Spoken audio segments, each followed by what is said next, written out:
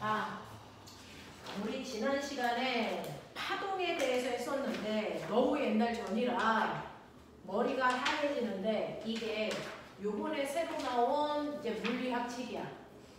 이제 물리 원투라는 단어가 너네는 없어. 그래서 이게 2학년 1학기 내용이야. 근데 문제가 뭐냐면 지금 선배들은 1년 동안 배우는 교재를 너네는 한 학기용으로 배워. 근데 내용은 더 들어가 있어. 근데 기간은 짧아졌어. 그래서 올해까지만 해도 고등학교 현재 2학년 언니 오빠들 이거 1년에 배우거든. 근데 너네는 한 학기용이야 이게. 그러니까 학교에서 대단히 내용을 빠르게 갈 거야.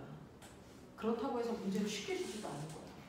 내용 하나도 빠짐없이 이 책에 있는 내용 다 들어가 있는데 한 학기용이야. 2학년 1학기. 2학년 2학기는 역학심화야. 이렇게 되어 있어. 3학년 때문에. 어?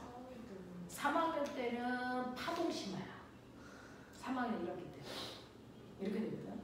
그래서 너네가 이제 상위권 학교에서 정시하고 수시의 비율이 정시를 30% 뽑겠대. 서울대, 연대, 고대, 경희대, 중앙대 이런 우리가 이제 들어본 학교들. 그걸 이제 서울에 있는 10개 학교들이거든. 그 10개 학교에서 그동안 정시로 40%를 뽑았던 걸 정시로 30%만 뽑겠다. 그러니까 이제 수능 보고 대학 가기는 더 어려워진다. 최고 상위권 아이들만 가능하다. 그러면 이제 정시로 30%를 뽑으면 수시로 70%를 뽑겠다. 그럼 수시로 대학을 못 가면 쉽지 않다. 이런 얘기야. 그럼 수시로 가기 위해서 뭐 해야 되냐면 내신 관리해야 된다. 그러면 대학교를 수시를 지원하기 위해서 내신 성적이 언제까지 들어가? 3학년 1학기 거까지 나온다.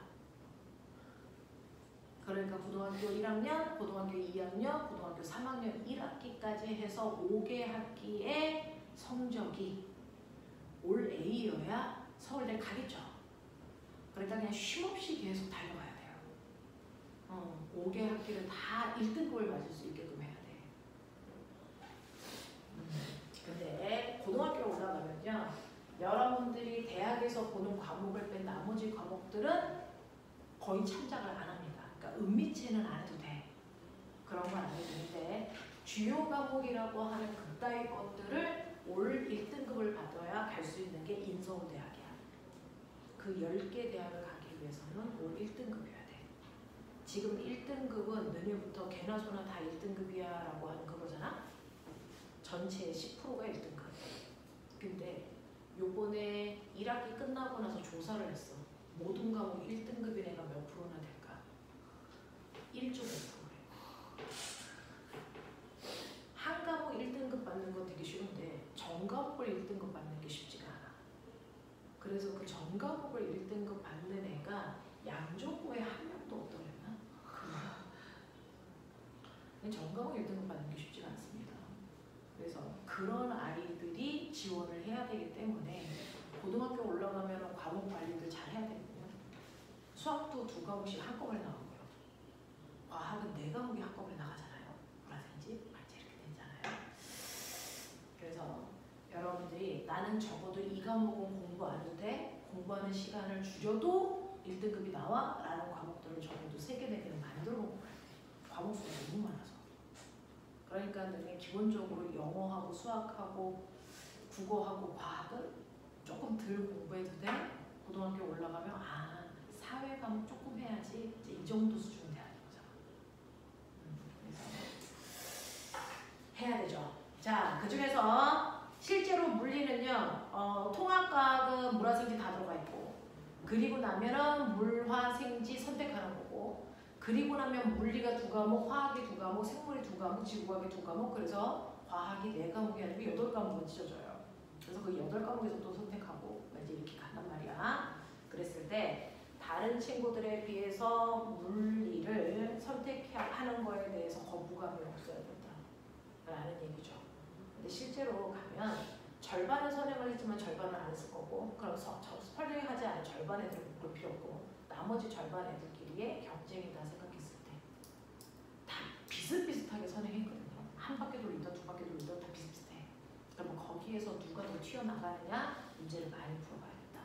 그래서 문제를 많이 풀어보셔야 선생님이 시간 될 때까지 계속 적어도 1학기 중간고사에서만 안 밀리면 됐다.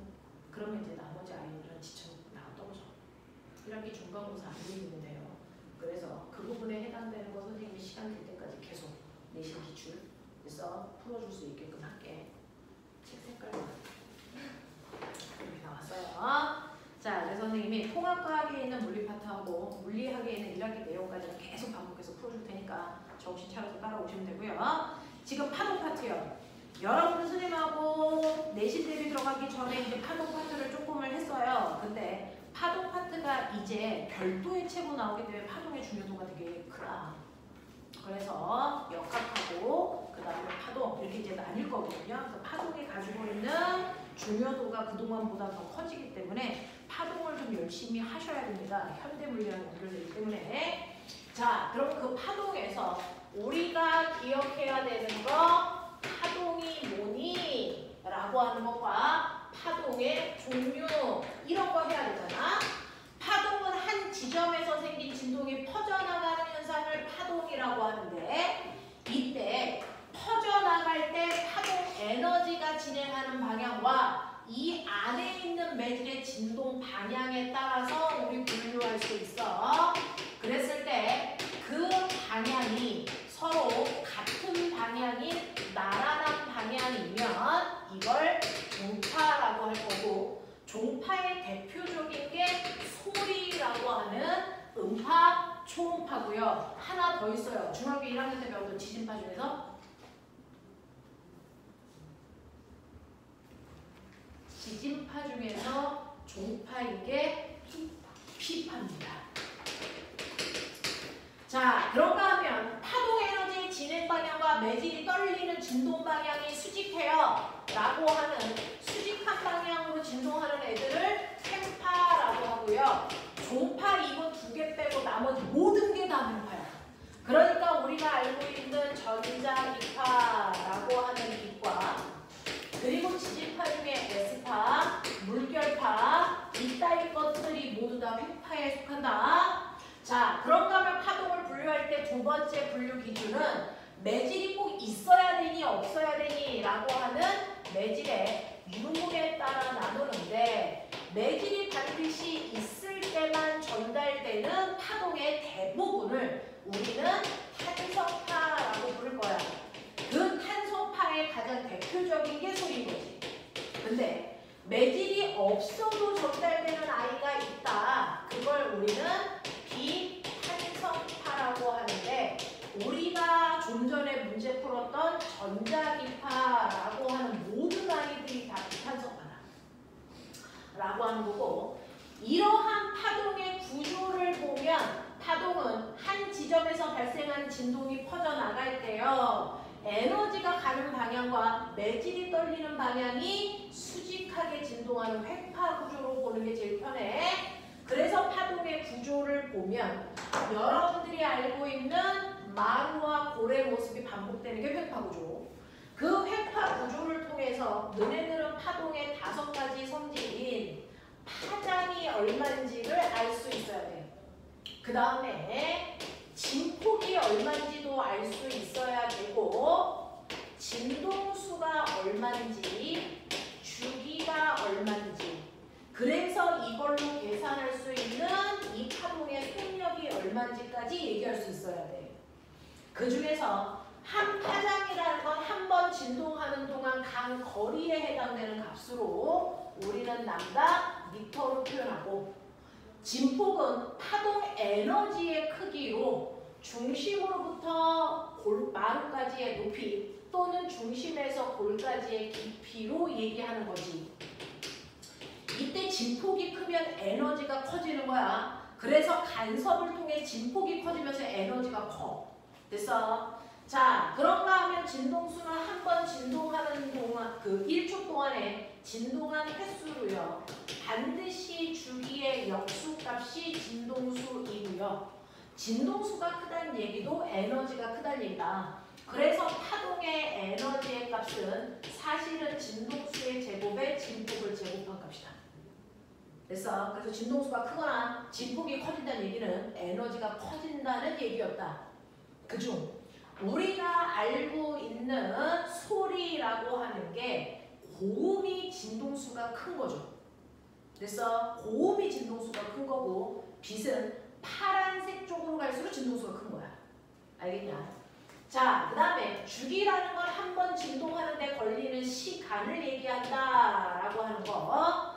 자, 그랬을 때 파동의 속력은 시간분의 거리니까 주기분의 파장으로 계산해도 되고 진동수 곱하기 파장으로 해도 된다. 근데 모든 파동은 속력이 뭐에 의해 결정되는 거냐면 그 파동이 어떤 매질을 통과하고 있느냐에 따라 속력이 결정되는 거지.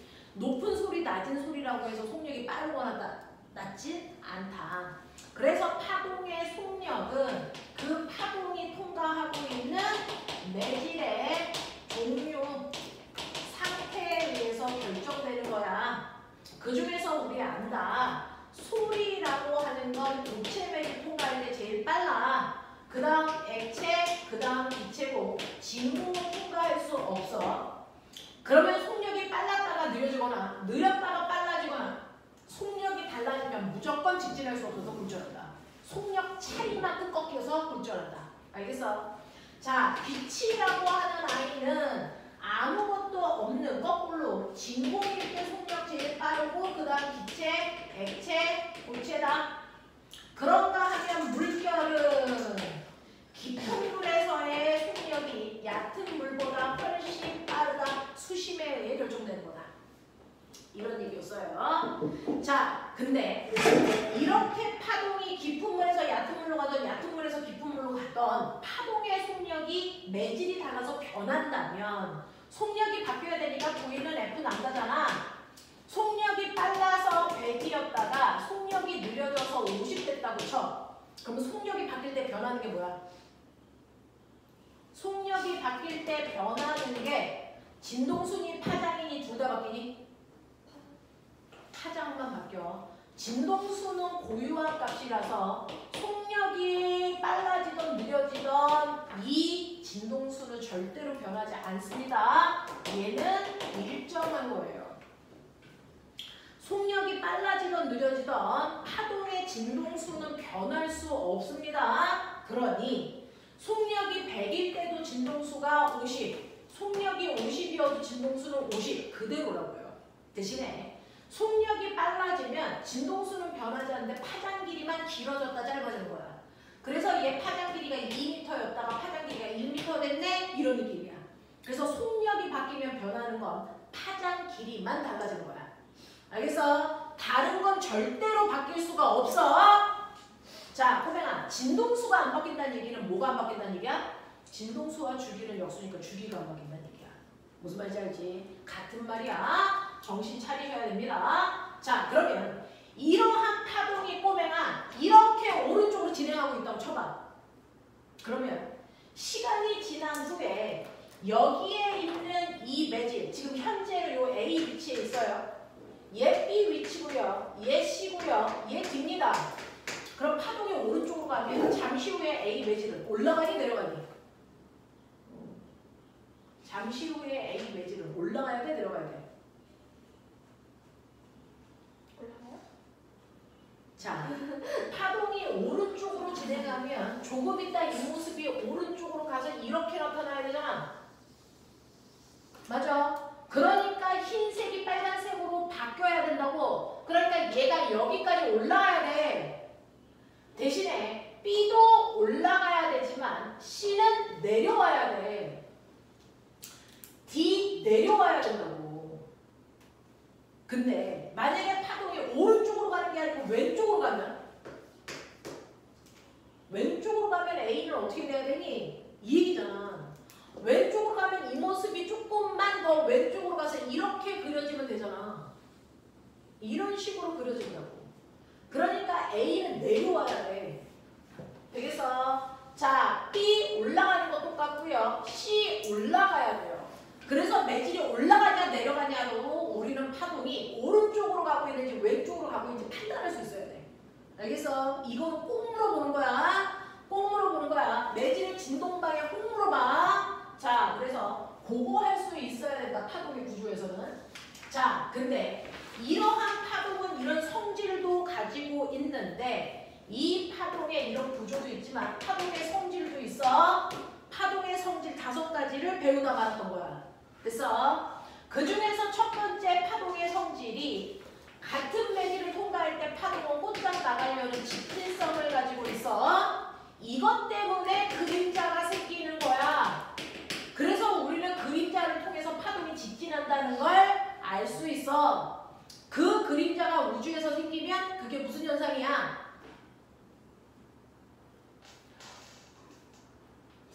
식현상이야. 이 식현상이 빛이 직진하기 때문에 나타나는 현상으로 일식과 월식이 빛이 직진해서 만들어지는 현상이었어. 이런 얘기야. 자, 그 다음에 두 번째. 빛의 반사가 있어. 빛이 가다가 다른 물질을 만났을 때 되돌아 나오는 성질을 우리가 반사라고 하고 이 반사가 일어날 때 반사법칙이라는 게 성립해. 반사법칙이 뭐니? 반사법칙이 뭐니 연준아?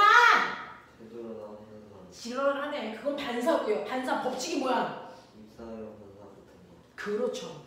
자, 이렇게 반사될 때 항상 입사각과 반사각의 크기는 예외 없이 같아야 돼. 이 얘기잖아. 그럼 보면 입사각과 반사각을 알려면 각도를 내는 기준선이 필요해. 걔 이름 뭐야? 법선. 그래서 빛이 들어간 접선면과 90도 되게 선을 그리면 이게 법선이고 법선으로부터 입사광선까지의 각도를 우리가 입사각 법선으로부터 반사광선까지의 각도가 반사각 이게 같아야 된다는 건데 꼬맹아 우리 반사의 종류 있어. 매끄러운 면에서 한 방향으로 반사되는 거 무슨 반사? 정반사. 거친 면에서 모든 방향으로 반사되는 거 남반사. 그러면 아주 깊게 생각해. 반사법칙은 정반사일 때 성립하니 남반사일 때 성립하니? 둘 다 언제나 예외 없어. 그래서 법칙이야. 되겠어? 이러한 반사는요. 정반사를 하던 남반사를 하던 언제나 성립돼야 되는 거다라고 하는 것도 기억을 해두시고요. 됐죠? 근데 반사 중에 이런 거 있어. 우리 파동은요. 마루볼이라는 모양을 가잖아요. 그 모양을 우리 과학에서 위상이라고 해요. 파동은 위상 가잖아.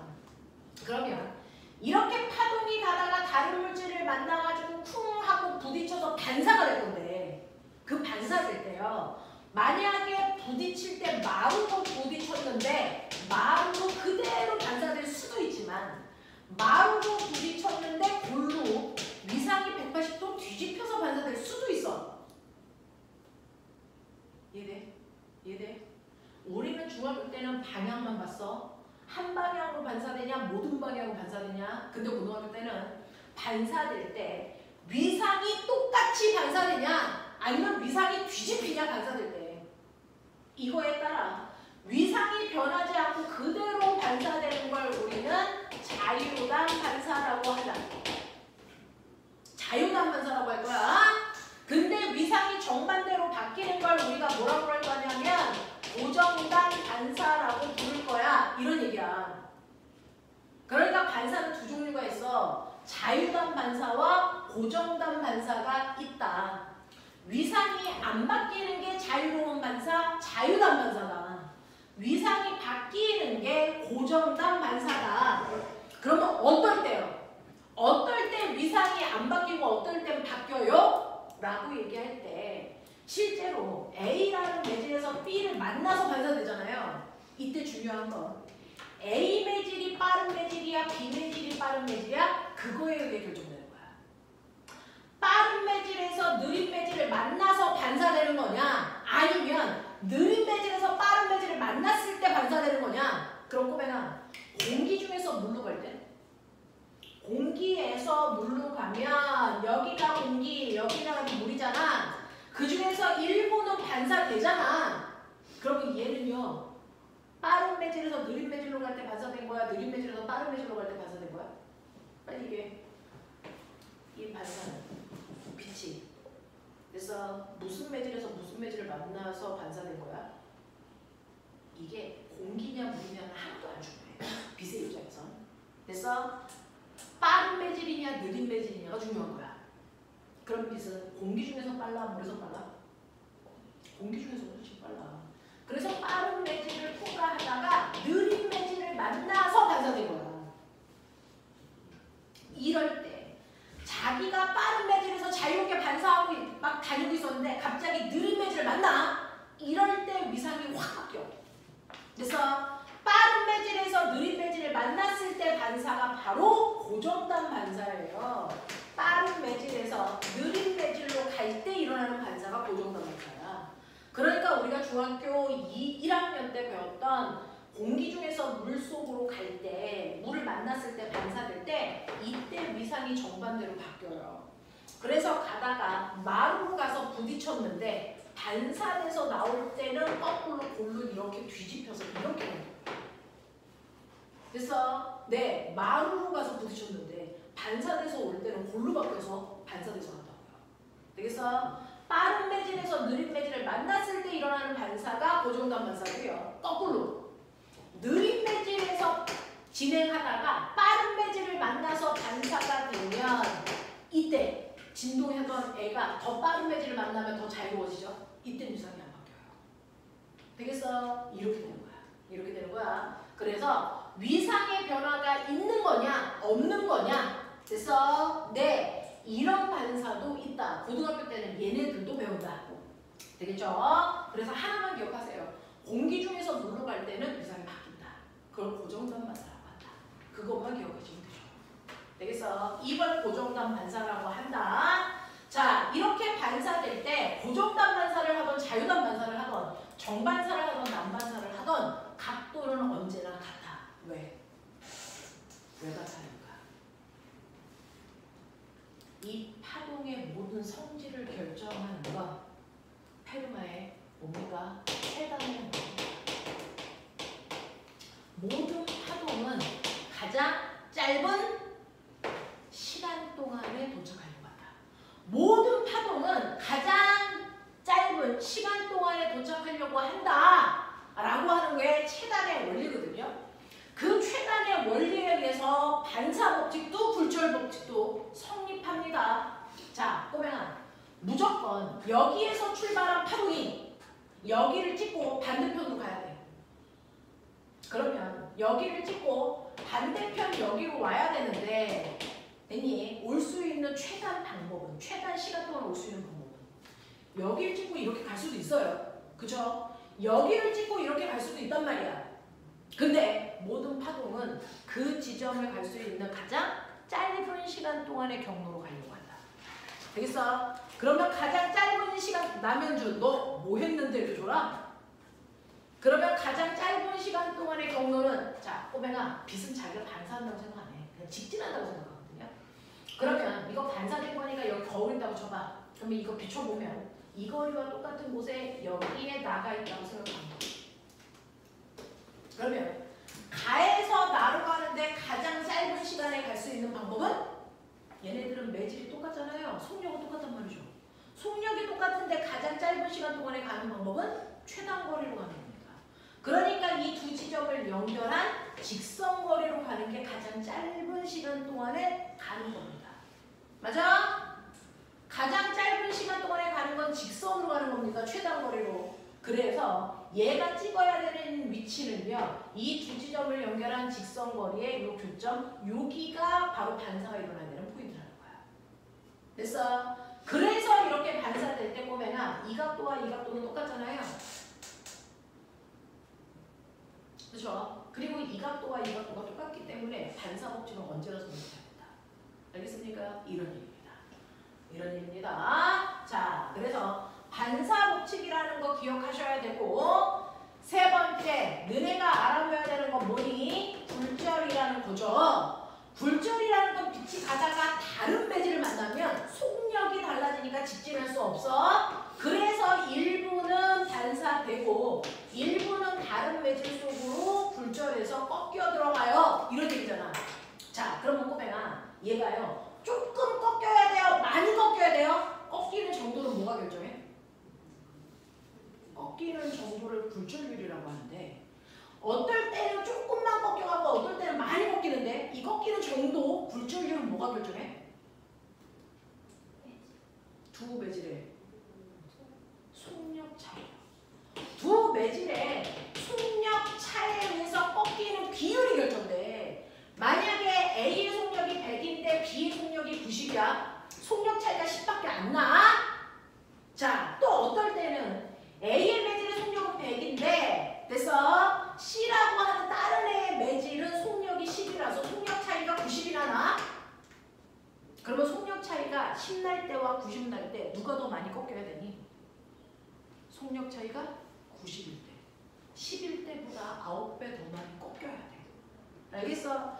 이 속력 차이에 의해서 꺾이는 정도가 결정돼요. 그러니까 조금밖에 안 꺾였다는 얘기는 속력 차이가 별로 없다는 얘기고 많이 꺾였다는 건 속력 차이가 크다는 얘기죠.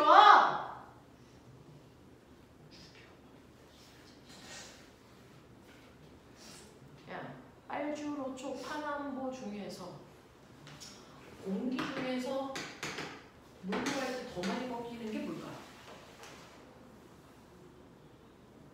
빨주노초 파란보 중에서 공기 중에서 물로 갈 때 더 많이 꺾이는 게 뭘까? 이렇게 물어보니까 모르겠죠. 근데 너네 알아. 공기 중에서 유리로 갈 때 더 많이 꺾이는 빛이 뭐니? 살짝 덜 꺾이는 빛이 뭐니? 이런 개그맨 새끼들! 빨강? 빨강이 덜 꺾인다고 많이 꺾인다고? 많이 꺾이는 거. 덜 꺾이는 거야 이 새끼야. 여기서부터가 빨주, 우초, 파남보잖아. 너네 무지개 어떻게 그리냐? 이렇게 그리지. 그러면 더 많이 꺾인 게 안쪽이니 바깥쪽이니? 무지개 색깔을 모르는 거야? 더 많이 꺾이는 게 안쪽이니 바깥쪽이니? 더 확 꺾인 게 안쪽이니? 여기 무슨 색깔이냐? 빨강. 그럼 알지. 그 엄마한테 특수한 방을 보내달라고 한다. 여기부터가 빨주노초 파란 보야 무지개가. 무지개 너무 오랜만에 그려요. 와! 그런 얘기를 할 때가 아니고 이거 상식인 거잖아. 무지개 여기부터 빨주노초 파란 거야. 그래서 빨간색이 굴절을 조그만 거야. 보라색이 확한 거야.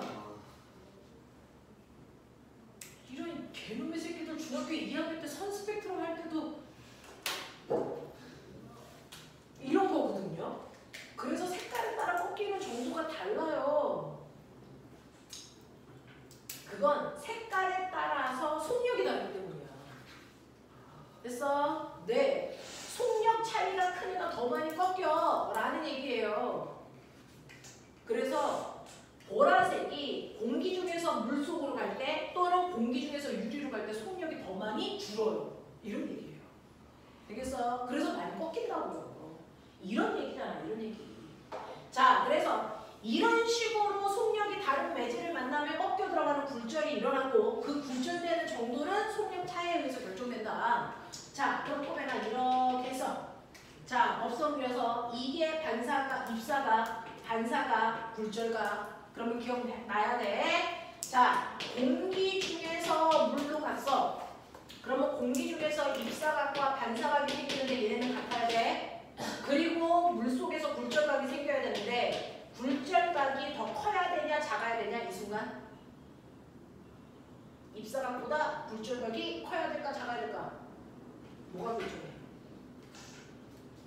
뭐가 결정해? 뭐가 결정해? 여기가 빠른 매질이고 여기가 느린 매질이지. 그럼 선생님이 느린 매질 쪽에서 생긴 각도는 100% 작아야 된다지. 그러니까 이렇게 돼야지. 왜? 뭐였지 몰랐습니다.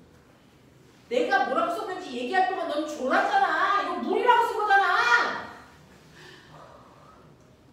뭐가 어야? 그렇게 계속 얘기하고 있잖아.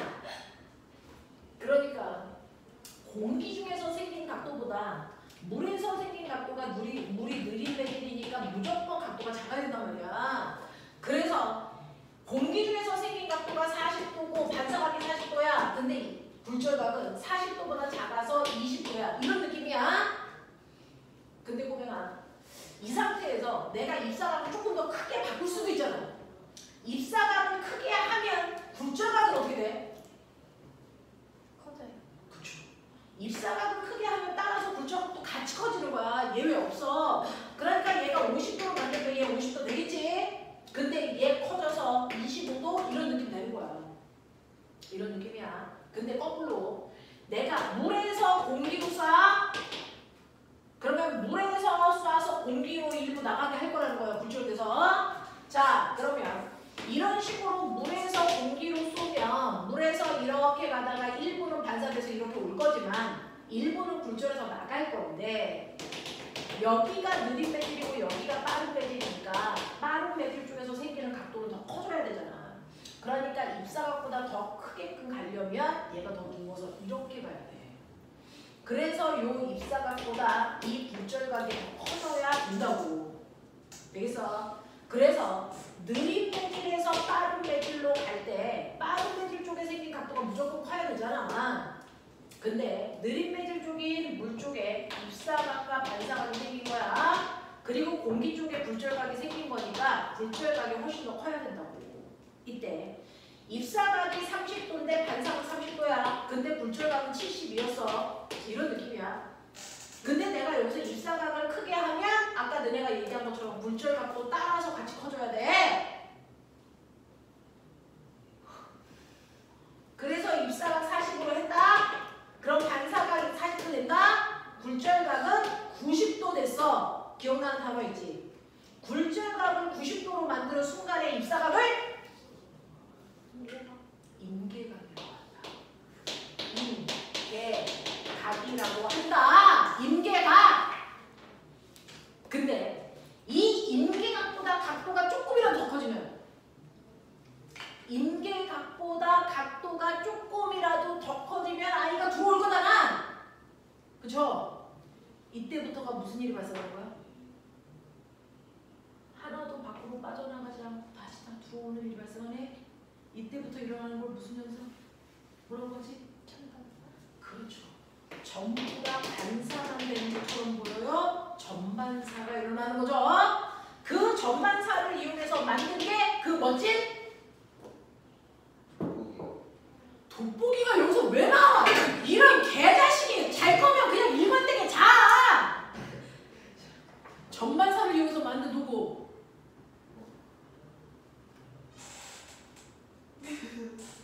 도산. 광섬유. 광섬유. 와! 돋보기는 정말 깼다 이 새끼야. 광통신 할 때 쓰는 광섬유. 그래서 광섬유는 무조건 느린 매질에서 빠른 매질로 써야 돼. 느린 매질에서 빠른 매질로 써야만 전반사가 일어날 수 있어. 그래서 내가 만든 광섬유가 이런 모습이야. 안쪽에 있는 매질과 바깥쪽에 있는 매질이 다른데 내가 안쪽에서 쏠 거야. 뭘 쏴? 빛을 쏠 거야. 그래서 빛을 쏘는데 임계각보다 입사각을 크게 쏠 거야. 그래서 아이가 족족 전반사만 일어나. 알겠어? 이렇게 쏘는 게 광섬유야. 그랬을 때 보면 안쪽에 있는 걸 핵코어라고 불러. 바깥쪽을 클래딩이라고 불러. 그럼 빨리 생각해. 안쪽이 느린 매질, 바깥쪽이 느린 매질. 안쪽. 느린 매질에서 쏴야 되니까. 됐어? 그래서 얘가 느린 매질이고 얘가 빠른 매질로 제작해야 돼. 안 그러면 전반사 안 일어나. 그럼 꼬맹아, 느린 매질이라고 하는 건 굴절율이 크다 작다. 뭐라고 표현해야 돼?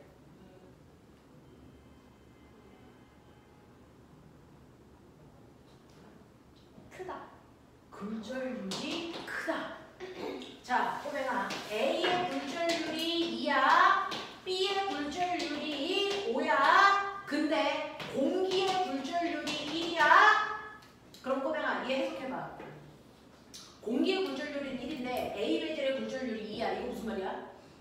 A 매질은 공기보다 빛이 전달되는 속력이 2배 느려졌다. 이 뜻이잖아. 되겠어? 자, B 매질의 굴절율이 5란 얘기는 이거는 공기에서 빛이 전달되는 속도보다 B 매질에서 빛이 전달되는 속도가 몇 배? 5배 느려졌어요. 이 뜻이야. 그러니까 공기에서 빛이 가는 속력이 100이면 A 매질에서 빛이 전달되는 속력은 50이야. 왜? 2배 느려져야 되니까. 자, B 매질에서 빛이 전달되는 속력은 공기보다 5배 느려야 되는 거니까 됐어? 20의 속력으로 빛이 전달돼. 이런 얘기야. 그래서 굴절율이 크다는 얘기는 그만큼 느려졌다는 뜻이야. 되겠어? 그래서 안쪽 물질인 코어는 굴절율이 큰 물질이어야 되고요. 바깥쪽인 클레딩은 굴절율이 작은 걸 써야 됐어? 전반사가 일어나기 쉬워. 알겠어? 이런 느낌이야. 전반사 기억해둬야 돼. 자, 근데 이러한 반사와 굴절을 이용해서 만든 도구가 있었어. 반사와 굴절을 이용해서 만든 도구가 있어. 드디어 연준이가 얘기하는 그 아이가 나와.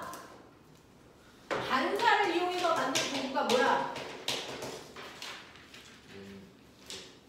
반사를 이용해서 만든 도구가 거울이지 이 새끼들아. 와, 이 늙은 새끼들이 정말 내년에 고등학교 올라가 있겠구만. 자, 굴절을 이용해서 만든 도구가 뭐야? 중학교 1학년이랑 합반하면 딱 수준 맞아. 굴절을 이용해서 만든 도구는 렌즈. 이것들이 3주 동안 머리는 어디 보내고 온 거야? 자, 거울이에요. 우리는 거울은 평면 거울 있고 볼록 거울 있고 오목 거울 있고 이 세 종류가 있는데 이거 했어 안 했어? 시험 기간 전에 렌즈 방정식 했지. 네. 빛이 이렇게 정가운데 위, 아래 세 방향으로 빛을 쏘면 각각의 광학장치에 빛이 닿았다가 반사돼서 나올 거잖아. 그치? 이때요. 실제로 평면 거울은 빛이 가서 만날 때 입사각이 몇 도로 만나니까? 90. 아니라고 100번째 얘기하잖아. 입사각이 0도라고. 법성과 일치하잖니. 그거 알아요. 입사각이 0도야. 그러니까 반사각이 0도 나와야 되니까 그대로 나온다고. 그대로. 그치? 그대로. 너는 넌 경찰 불러야지. 190도로 쓰면 어떻게 돼요? 90도로 쏘면 위아래로. 이렇게 쏘는다는 얘기잖아. 어떡할 건데? 자, 그래서 이런 식으로요. 평면 거울은 빛이 갔던 방향으로 그대로 되돌아 나오기 때문에 물체의 모양, 크기 이런 것들이 하나도 왜곡되지 않는다 그랬어. 그래서 거울로부터 같은 거리만큼 떨어진 곳에 상이 있는 것처럼 그대로 보인다. 하나도 왜곡이 없다. 빛이 왜곡되지 않았기 때문이다. 근데 곡면 거울은 빛이 왜곡되기 때문에 상이 달라 보인다. 실제로 볼록 거울에서는 가운데 빛은 그대로 반사돼서 나온다. 오목 거울도 가운데 빛은 그대로 오는 거다. 근데 볼록 거울의 위아래의 빛은 그래서 양쪽으로 퍼져가는 모양을 띌 수밖에 없다. 맞지? 오목 거울은 빛이 모이는 형태를 띌 수밖에 없다. 이거 그려봐 드렸어요. 그래서 얘네들은요. 상이 어디에 맺히느냐에 따라서 모양이 다 달라 보인다. 이런 얘기였어. 그 중에서 거울이건 렌즈건 상관이 없어. 상의 종류는 빛을 모으냐 퍼뜨리냐에 의해 결정돼. 자, 그 중에서 거울이건 렌즈건 상관없이 빛을 퍼뜨립니다. 빛을 퍼뜨리는 건 거울 중에서는 볼록 거울이에요. 렌즈에서는 오목 렌즈입니다. 이렇게 빛을 퍼뜨리는 광학장치는 물체가 거울로부터 얼마나 멀리 있건 전혀 상관없어. 다 똑같은 상이 생겨. 어떤 상이 생겼냐? 어떤 상이 생겼지? 빛을 퍼뜨리면 너네 이거 외워야 되는데? 빛을 퍼뜨리 이거 중학교 1학년 때 미친듯이 외우지 않았냐? 볼록 거울에서의 상의 종류? 그래서 그 볼록거울을 이용한 게 코너 반사경이고 도난 방지용 거울이고 자동차의 측면경이야. 이거 막 외웠잖아. 그 상의 종류 외우면서 축소. 축소, 정립. 정립. 실상. 정립은 무조건 허상이 있는 새끼야. 자, 그래서 이렇게 빛을 퍼뜨리는 광학장치는 물체가 어디든 상관없이 항상 축소돼요. 정립, 허상밖에 안 생겨요. 이렇게 상을 축소시키기 때문에 시야를 넓히는 장점을 가지고 있어요. 그래서 넓은 곳을 비춰보기 위해서 쓰는 게 볼록 거울이에요. 그래서 도난 방지용 거울, 코너 반사경, 자동차의 측면경, 얘네들이 모두 다 시야를 넓히려는 목적을 가지고 있기 때문에 모두 다 볼록 거울 써요. 이런 얘기죠.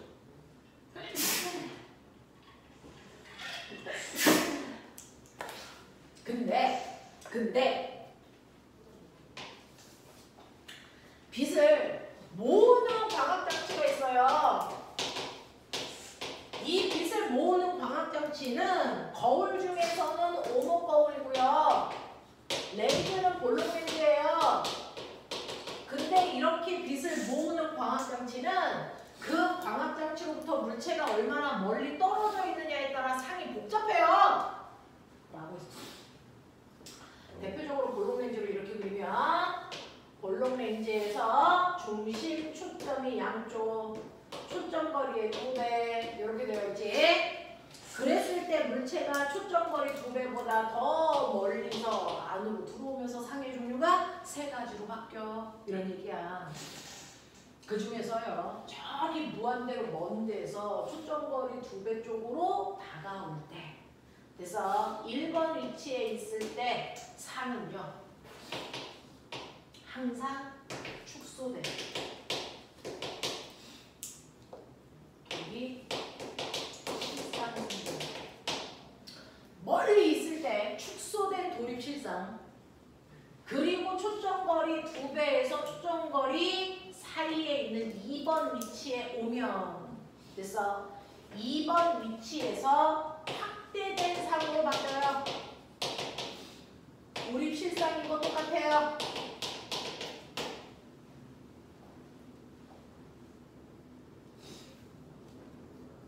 그랬다가 3번 초점보다 안쪽으로 들어왔어요.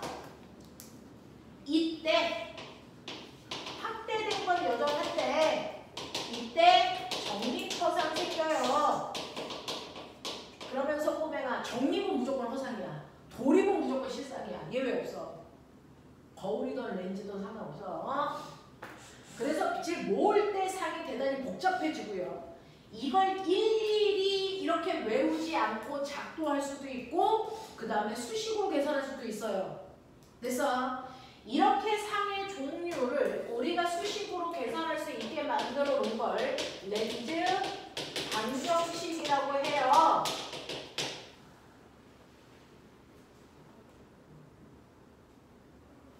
그중 렌즈로부터 물체까지의 거리 A, 그래서 그 물체에 의해서 생긴 상까지의 거리, 렌즈로부터 상까지의 거리 B, 그리고 렌즈의 중심에서 초점까지의 거리 F, 요 3가지잖아. 그랬을 때 우리 상은요 A분의 1 플러스 B분의 1은 F분의 1이라는 관계식을 가져. 그랬을 때 B 값이 어떤 부호를 갖느냐에 따라서 나타내. B의 부호. B의 부호가 꼬매가 플러스면 언제나 뭡니까? 도립실상이라는 뜻이야. B 값을 계산했을 때 B 값의 부호가 플러스면 도립실상이야. B 값의 부호가 마이너스면 정립허상이야.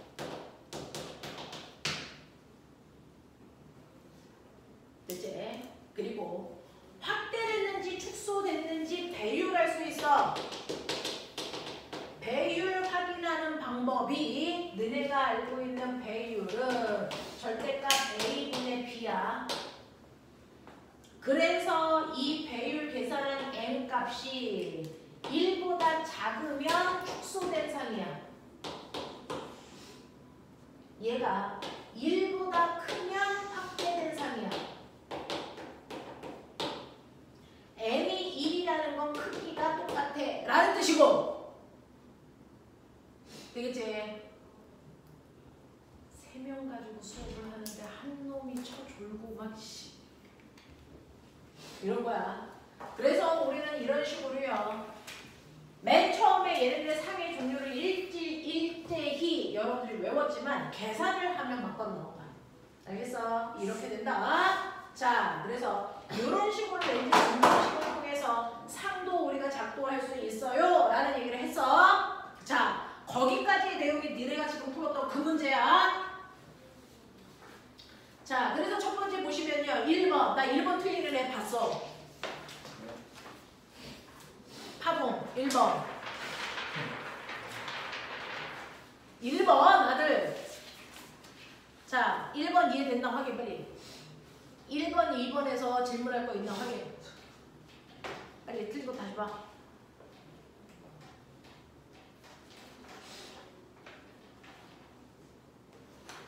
(1) 1번 돼. 1, 2번 돼. 1, 2번에서 질문 없어. 납득이 되는 거야? 네, 아니 이거 넘어가 볼게. 자, 3, 4번에서 이해가 안 되는 거 있는지 볼게. 몇 번이야? 3번이요. 3번이야. 또 3번. 3번 보시면 그림은 줄을 따라 진행하는 파동의 변이를 시간에 진행한 거리에 따라 나타낸 건데, 실선이 원래 파동이고 그리고 나서 그래서 시간이 지나면 점선으로 바뀌는 거야. 근데 이 점선 모습의 모습이 두 번째 나타나는 거야. 첫 번째가 아니고 그 위치에 두 번째 나타날 때까지 걸린 시간이 10초래요. 이게 무슨 얘기일까? 10초 동안 그 위치에 파동이 두 번 나타났다는 거야. 그러면 우리가 봐봐. 이렇게 되어 있어. 그러면 지금 이 상태에서 잘 봐. 이 상태에서 다시 이 모습이 되려면 몇 초 지나야 될까? 얼마만큼 지나야 될까? 이 모습에서 다시 이 모습이 나타나려면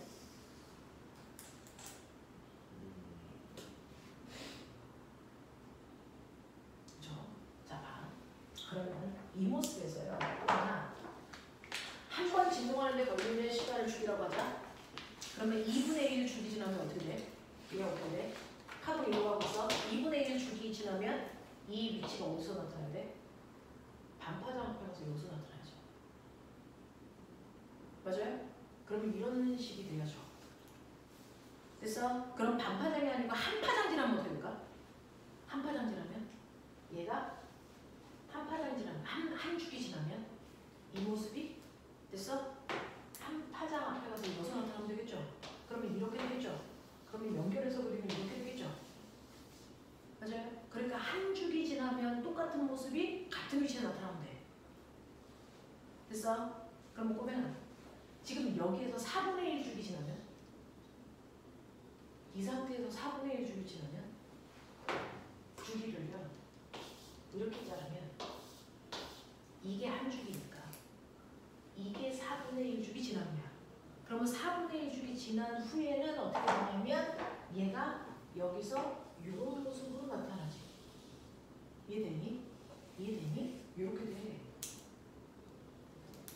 그러면 여기 있던 애가 여기서 나타나려면 파동이 생기고 나서 4분의 1 주기 후에 이 모습이 나타나겠지. 이해돼? 그리고 나서 다시 여기에서 한 주기 지나면 이 모습이 또 여기서 나타나겠지. 아니야? 그러면 여기다가 주기를 더하면 되죠. 첫 번째 여기 있던 애가 봤을 때 이 위치에 나랑 똑같은 모습이 생기려면 4분의 1 주기 지나야 돼. 그럼 예를 들어 주기가 4초라고 치자.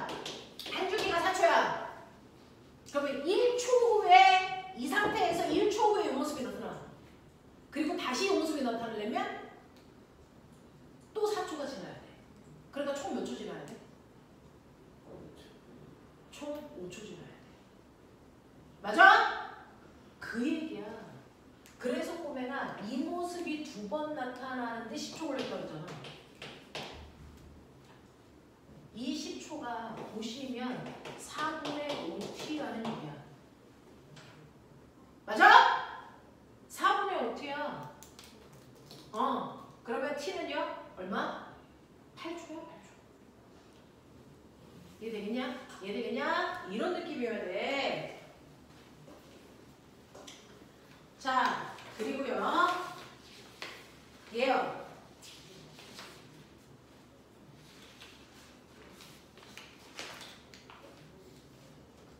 얘요. 자, 한 파장이 얼마야? 한 파장이 얼마야? 16. 그래서 주기는 8초인데 파장의 길이가 16이잖아. 그래서 속력이 2의 요가 되는 거야. 알겠어? 이런 느낌으로 가시는 거 맞아? 연준, 4번이 해결된 거 맞아? 아니 이게 진동수 나오면 거죠. 당연하죠. 그것 때문에 파장이 바뀌는 거예요. 네. 그러니까 졸지 마. 네가 조는 동안 다 했단 말이야. 아 들었어요. 들었는데 몇 개야? 자, 5번, 6번에서 질문. 몇 번? 5번. 남현주는 남들 안 틀리는 거 틀리고 남들 틀리는 것 맞고. 자, 5번 보시면요. P, Q, R 세 개 있어. 그러니까 수심이 일정한 수면 후에 P를 일정한 주기로 진동시켜서 물결파를 만들어낸 거고, 나는 가의 순간부터 P에서 수면의 변이를 시간에 따라 나타낸 거야. P만 나타낸 거야. P가 시간이 지나면 올라갔다 내려갔다 올라갔다 이거 한 거야. 그래서 자, 그러면 여기에서 주기가 얼마냐? 얘 주기 얼마야? 0.4초죠. 한 주기가. 되겠어? 한 주기가 0.4초예요. 이거를 알 수 있어. 자, 그러면 여기에서요. 실선은 마루로 보고 점선은 골로 보라는 얘기고요. PQR은 한 일직선상에 있어요 라는 거야. 그러면 파원에서 P가 파원이야. 거기서 발생한 게 Q가 돼서 한 파원에서 발생해서요. 마루골이 반복되고 있는 거야. 그래서 생각해봐. 여기가 P라고 쳐. 그래서 네. 여러분들이 보시는 것처럼 골, 마루, 골부터 시작했던 거기 되어 있어. 점선이 먼저 나타났으니까. 됐죠? 파원에서 가장 가까운 게 점선이고 점선은 골이라고 했어. 알겠냐? 그러니까 여기가 P점이고요. 골인 위치 여기가 Q점이에요. 되겠어? 자, 그 다음에 마루요. 한 번 마루 생겼을 때 그 위치는 아무 표시 없어요. 그리고 그 다음 마루에 표시가 되어 있는 거예요. R이라고요. 이렇게요. 맞아. 네, 그리셔야 됩니다. 파원이 P고요. 그 다음에 바로 붙어서 생긴 골이 Q고, 그 다음에 마루를 2번 지나서가 R이라고요. 이렇게 되어 있어요. 자, 그러면 기억. 인접한 마루와 마루 사이의 간격은 일정해야 됩니다. 파장의 길이는 일정해야 되니까 같은 매질을 통과하고 있으니까. 니은. 이 순간 직후 아래에 있는 매질의 운동 방향은요 라고 하죠. 자, 얘 이쪽으로 진행할 때 지금 요 아래에 있는 매질은 시간이 지나면 올라가니 내려가니? 당연히 내려갈 수밖에 없어요. 그쵸? 네. 그래서 이 순간 직후에 아래에 있는 매질의 운동 방향은 아래 방향입니다. 맞는 거고요. 자, Q에서 R까지 파동의 에너지가 전달되는 시간은 이라고 했어요. 여기서 여기까지가 꼬매가 몇 주기니? 여기서 여기까지가. 됐어? 여기서부터 여기까지가 T죠. 그 T에다가 이만큼을 더 가야 되니까 2분의 1이 더 가야죠.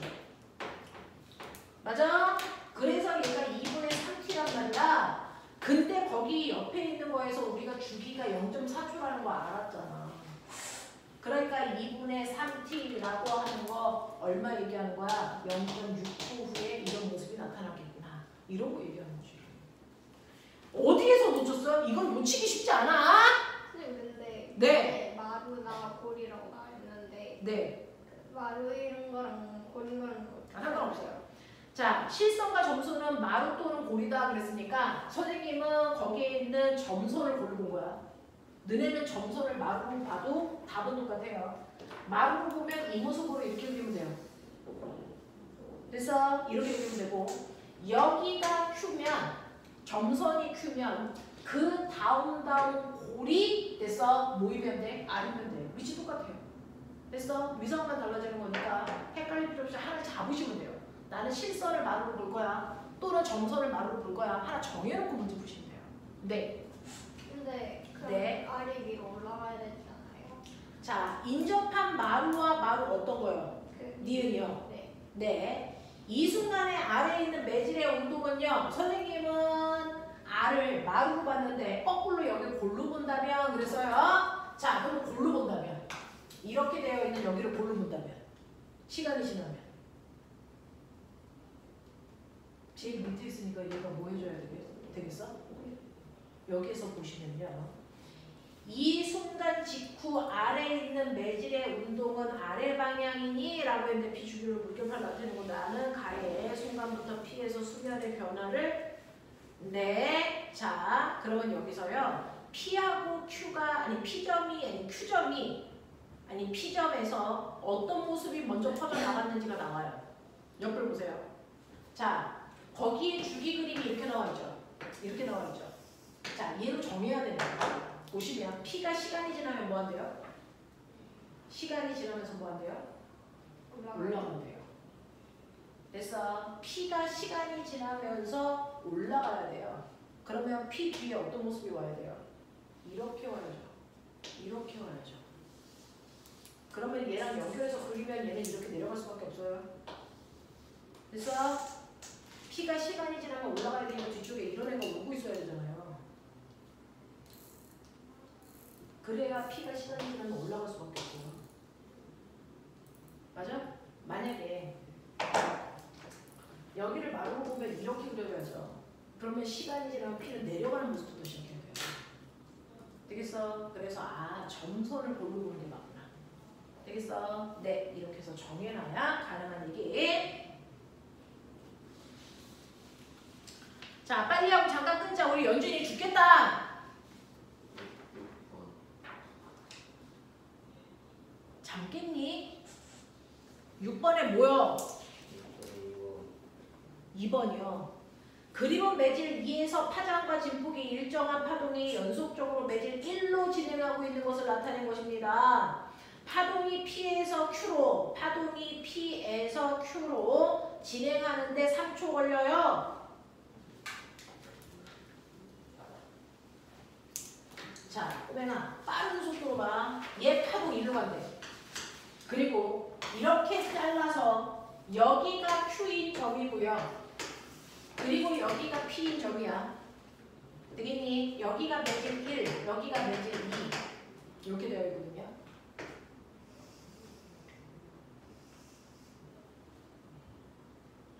얘는 한 파장이 얼마야? 얘는 한 파장이 2. 맞아? 한 파장이 2야. 그리고 여기서 뭐라 그랬냐면 P에서 Q까지 가는데 여기서 여기까지 가는데 몇 초 걸린 거냐면 3초 걸렸대. 그러면 주기가 얼마냐면 2초야. 여기 가는데 3초 걸렸으니까. 그래서 한 주기가 2초야. 그러니까 얘는 속력이 얼마냐면 속력이 1인 매질. 1번 매질. 됐어? 네. 근데요. 선생님이 파동이 아무리 속력이 바뀌어도 안 바뀌는 게 뭐라 했어? 진동수 주기. 이거 안 바뀌다 그래서 그러니까 여기서도 주기는 얼마여야 돼? 2초여야 돼. 대신에 바뀌는 건 파장만 바뀐다 했어? 그럼 매질 2에 한 파장 봐봐. 얼마야? 이 새끼는 3이야. 매질 2를 보시면 걔는 한 파장이 그래서 3이야 3. 그러니까 얘는 속력이 1.5지. 그래서 이번 매질의 속력이 그래서 빠른 거야. 되겠냐? 그래서 보시면 기억. 매질 1에서의 진동수는요. 주기의 역수니까 0.5 맞아요. 매질 2에서의 속력이 1.5인 거 맞고요. 그 다음에 지금 이 순간 P에 있는 매질과 Q에 있는 매질의 진동 방향은 서로 반대 방향이냐라고 했는데 P에 있는 매질과 Q에 있는 매질의 진동 방향은 얘는 시간이 지나면 파동이 이렇게 갈 거니까 얘는 올라갈 거야. 그죠? 얘는요, 뭐 할 겁니까? 얘는 뭐 할 겁니까? 내려갈 거야. 됐어? 그래서 매질 진동 방향 반대로 나타납니다. 그죠?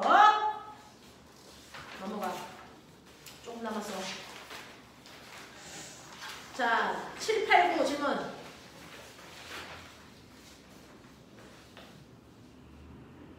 야, 설마 7번을 틀리는 그런 위협을 달성하지는.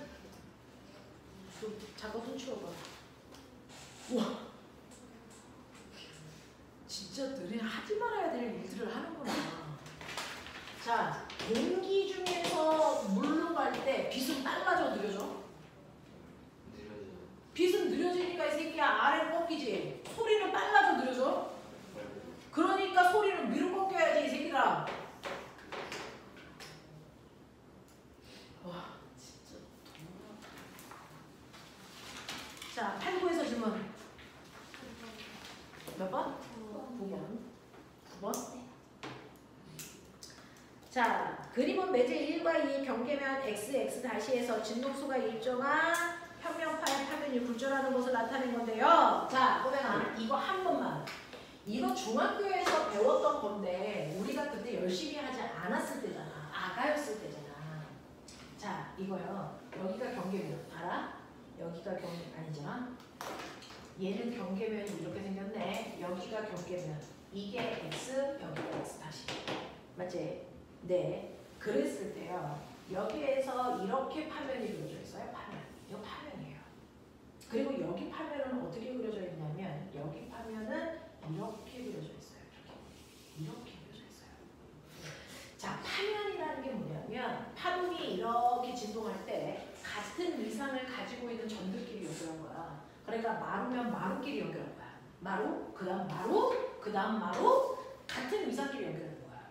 그러면 마루에서 그 다음 마루 사이의 이 간격, 됐어? 이 간격이 한 파장이거든요.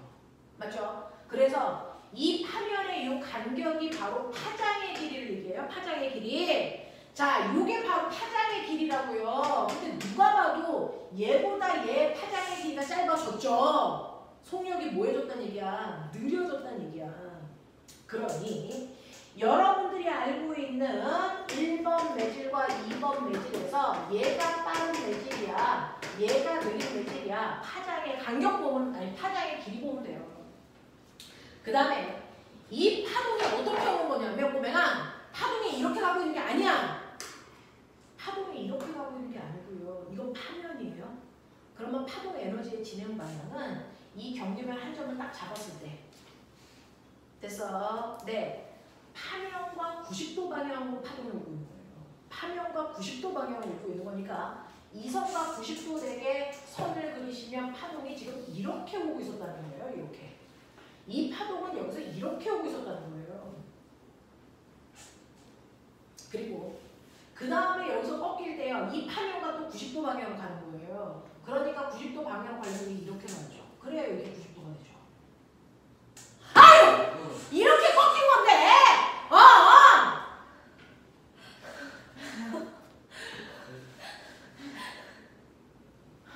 진짜. 그러면 이 경계면에 들어가서 법선을 이렇게 그려야지. 맞아? 그래서 이게 입사각이고 이 새끼가 이게 굴절각이잖아! 이렇게 그려지는 거야. 파면과 90도 방향으로 파동 에너지가 진행하고 있는 거야.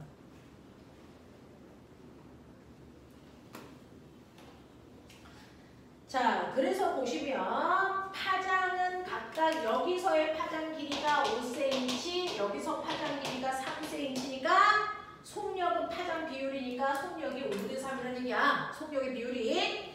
자, 그랬을 때요. P점을 한 파면이 통과한 후에 다음 파면 마루가 왔다가 그 다음 마루가 올 때까지 걸린 시간 주기요. 됐어? 그 주기가 얼마냐면 0.2초라고 줬어. 주기가 0.2초라고 줬단 말이야. 그러면 1번 매질에서의 속력은요. 네. 0.2초 동안에 5cm니까 0.05m 갔어요. 그러니까 얘 계산하시면 0.25 2.25m/초가 1번 매질에서의 속력이죠. 됐죠? 평면파의 속력은 1번에서보다 2번에서 빠르다? 말도 안 돼. 간격이 좁아졌어. 간격이 좁아지면 느려진 거야. 이거 1초 동안 Q점을 통과하는 파면의 개수가 3개니? 라고 했어요. 자, 1초 동안 파면이 몇 개 지나가냐? 자, 그럼 꼬맹아. 여기서의 속력이 1.5면 여기서의 속력의 비율이 5대3이라고 했어. 5대3이니까 얼마냐? 얼마냐? 0.9야. 이 속력은 0.9여야 돼. 파장 길이 비율이 5대3이잖아? 파장 비율이 속력 비율이니까. 되겠어? 여기 속력이 0.9야. 그러면 실제로 여기에서 Q점에서요. 파면의 개수가 1초에 몇 개 지나가냐? 그래서 네, 1초에 얘 몇 개 지나가요?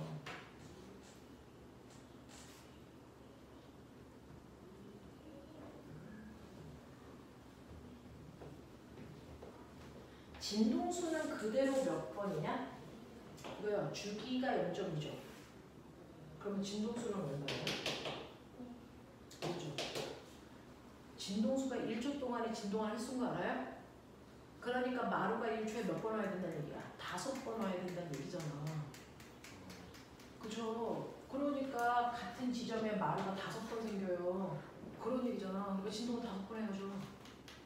그 얘기예요. 그래서 1초 동안 Q점을 통과하는 파면의 개수는 5개여야 됩니다. 5개.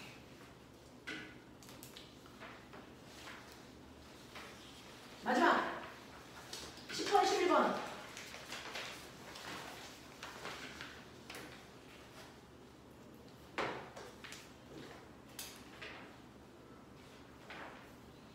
괜찮아? 괜찮아? 근데 또 크게 보여요? 네. 볼록 렌즈를 통해서 보면 더 크게 보이죠. 물이 그 역할을 하는 겁니다. 그래서 보면은 너네 이렇게 글자가 있는데 거기다 물방울 쳐봐. 그럼 물방울 통해서 글자를 보면 글자가 커 보인다? 그런 역할을 해요. 질문 없어? 됐어? 10분만 끌었다가 진도라는 걸 좀 나가보도록 하죠. 10분만 끌어보자. 와, 오늘 내가 이 책을 다 할 줄 알았네.